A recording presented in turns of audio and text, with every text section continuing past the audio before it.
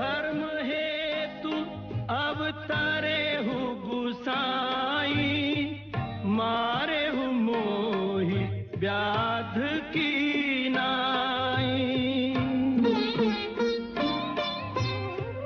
मैं बैरी सुग्रीव पियारा, अवगुण कवन नाथ मोहि मारा। ओह, कैसन हो? एकदम बढ़िया। तो चल शुरू करी। Traveller studios presents you। जी हाँ दोस्तों, तो आज हम बात करने वाले हैं रामायण के कुछ ऐसे तथ्यों पर जिस पर आम तौर पे बातें नहीं होती या लोगों को इस बारे में जानकारी नहीं होती है। तो आज हम बात करने वाले हैं कि बाली को भगवान श्री राम ने छुपकर क्यों मारा। भगवान तो सामने आकर भी लड़ सकते थे, है ना। भगवान बाली को कहते, बाली सामने आ, युद्ध कर, ऐसा भी कह सकते थे, पर उन्होंने छुपकर क्यों मारा।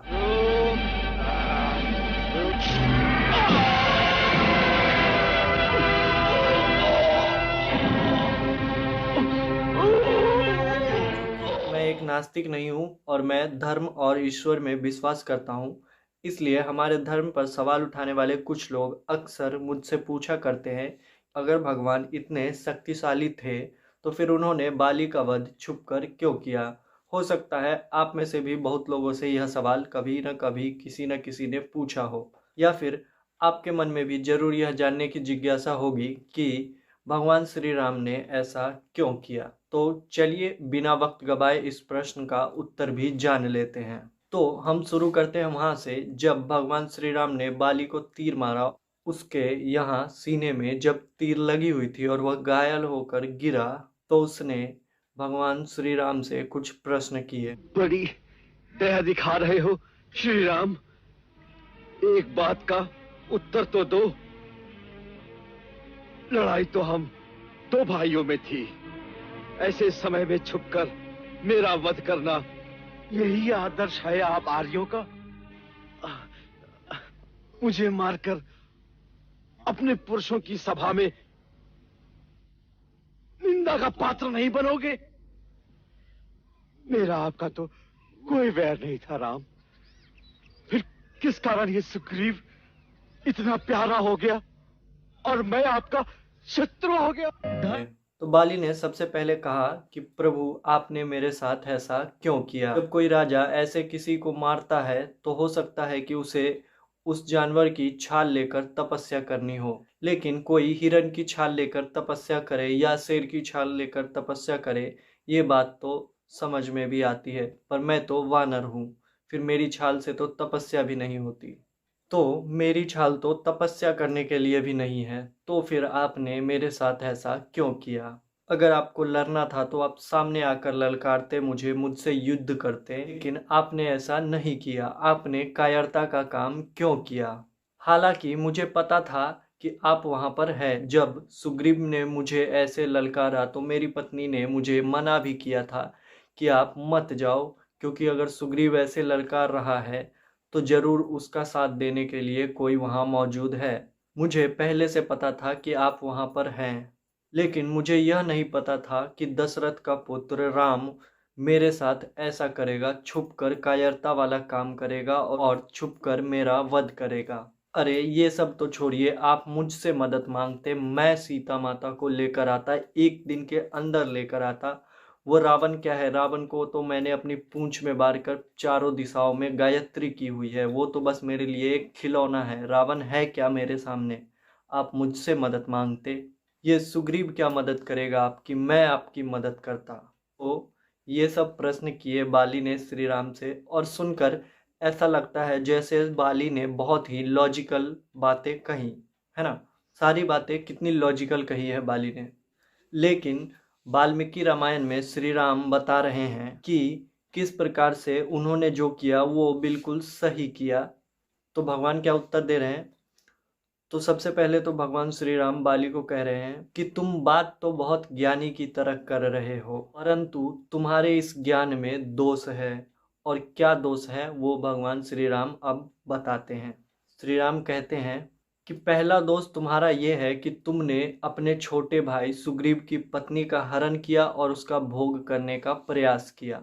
और जो व्यक्ति पर स्त्री का भोग करने का प्रयास करे वैसे व्यक्ति को मृत्यु दंड दिया जा सकता है। और चूंकि तुम एक कामुक व्यक्ति हो जिसने अपने छोटे भाई की स्त्री के साथ ऐसा दुर्व्यवहार किया, इसलिए तुम्हारे साथ जो कुछ हुआ वो गलत नहीं है।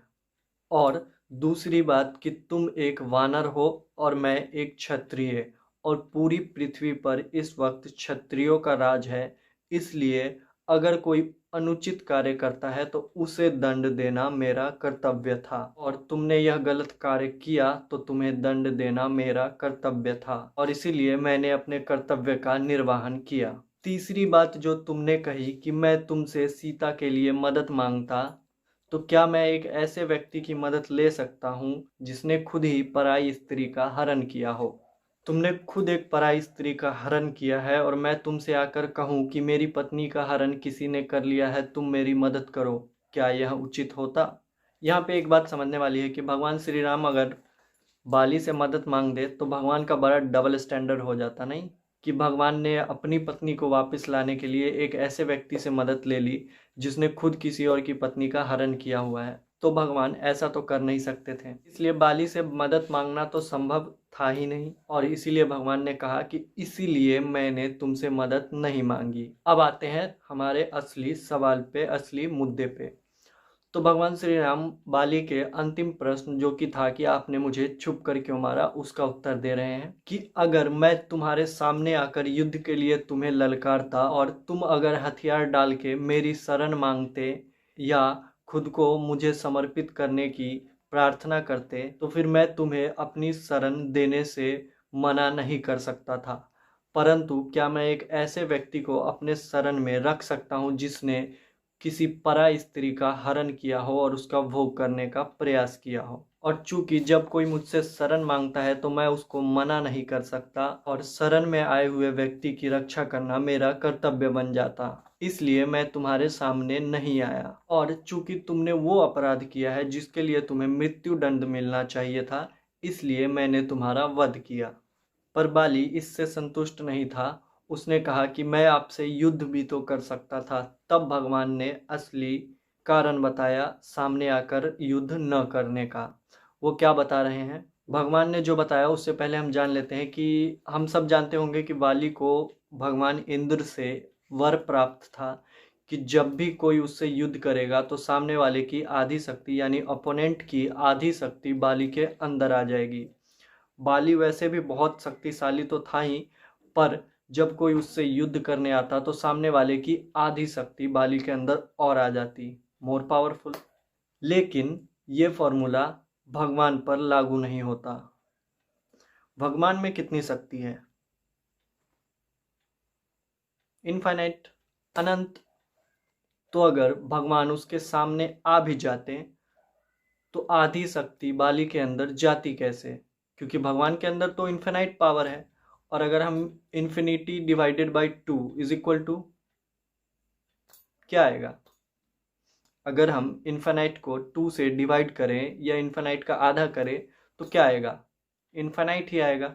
तो ये तो पॉसिबल हो नहीं सकता कि इन्फिनाइट पावर बाली के अंदर आ सकती थी, क्योंकि उसे तो वरदान प्राप्त था कि सामने वाले की आधी शक्ति आएगी, पर इन्फिनिटी का तो आधा हो ही नहीं सकता। इन्फिनिटी का आधा तो इन्फिनिटी होगा, यानी इन्फिनिटी पावर बाली के अंदर भी आ जाती, तब तो वहाँ वरदान काम नहीं कर सकता था।